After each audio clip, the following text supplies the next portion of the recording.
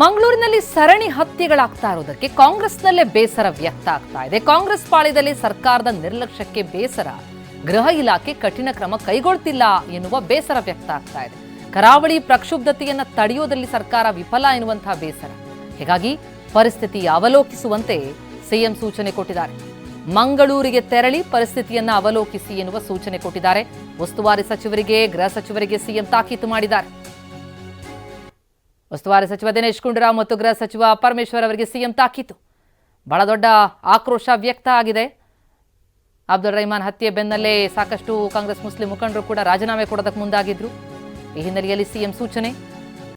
ಇನ್ನು ಬಂಟ್ವಾಳದಲ್ಲಿ ನಡೆದಂತಹ ಅಬ್ದುಲ್ ರೆಹಮಾನ್ ಬರ್ಬರ ಹತ್ಯೆ ಪ್ರಕರಣ, ಈ ಪ್ರಕರಣದ ತನಿಖೆಯನ್ನ ದಕ್ಷಿಣ ಕನ್ನಡ ಜಿಲ್ಲಾ ಪೊಲೀಸರು ಚುರುಕುಗೊಳಿಸಿದ್ದಾರೆ. ಗಾಯಾಳು ಕಲಂದರ್ ಶಾಫಿ ಕೊಟ್ಟಂತಹ ಮಾಹಿತಿಯನ್ನು ಆಧರಿಸಿ ತನಿಖೆ ನಡೆಸ್ತಾ ಇದ್ದಾರೆ. ಅಬ್ದುಲ್ ರೆಹಮಾನ್ ಹತ್ಯೆಯಾದಂತಹ ಸಂದರ್ಭದಲ್ಲಿ ಮತ್ತೋರ್ವ ಜೊತೆಗಿದ್ದ ಕಲಂದರ್ ಶಾಫಿ, ಆತನಿಗೆ ಗಂಭೀರ ಗಾಯ ಆಗಿತ್ತು. ಆತ ಕೊಟ್ಟಂತಹ ಮಾಹಿತಿಯನ್ನ ಆಧರಿಸಿ ತನಿಖೆ. ಅಬ್ದುಲ್ ರೆಹಮಾನ್ ಮೇಲೆ 6 ಜನರ ಗ್ಯಾಂಗ್ ದಾಳಿ ನಡೆಸಿತ್ತು. ಕೊಳತಮಜಲಿನ ಬಾರ್ನಲ್ಲಿ ಮದ್ಯ ಸೇವಿಸಿ ದುಷ್ಕರ್ಮಿಗಳು ಬಂದಿರ್ತಾರೆ.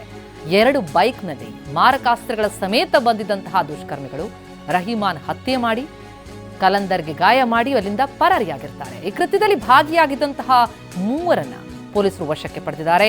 3 ಪ್ರಮುಖ ಆರೋಪಿಗಳಿಗಾಗಿ ಈಗ ತೀವ್ರ ಶೋಧ ನಡೀತಾ ಇದೆ. ಒಟ್ಟು 6 ಮಂದಿ ಬಂದಿದ್ರು ಅನ್ನುವಂಥದ್ದು ಗಾಯಾಳು ಕೊಟ್ಟಂತಹ ಮಾಹಿತಿ.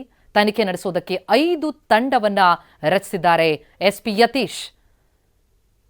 ತನಿಖೆ ಚುರುಕಾಗಿದೆ. 6 ಜನರ ವಿರುದ್ಧ ಆರೋಪ ಕೇಳಿಬಂದಿದೆ. ಗಾಯಾಳು ಕಲಂದರ್ ಶಾಫಿ ಕೊಟ್ಟಂತಹ ಮಾಹಿತಿಯನ್ನು ಆಧರಿಸಿ ತನಿಖೆ ನಡೀತಾ ಇದೆ.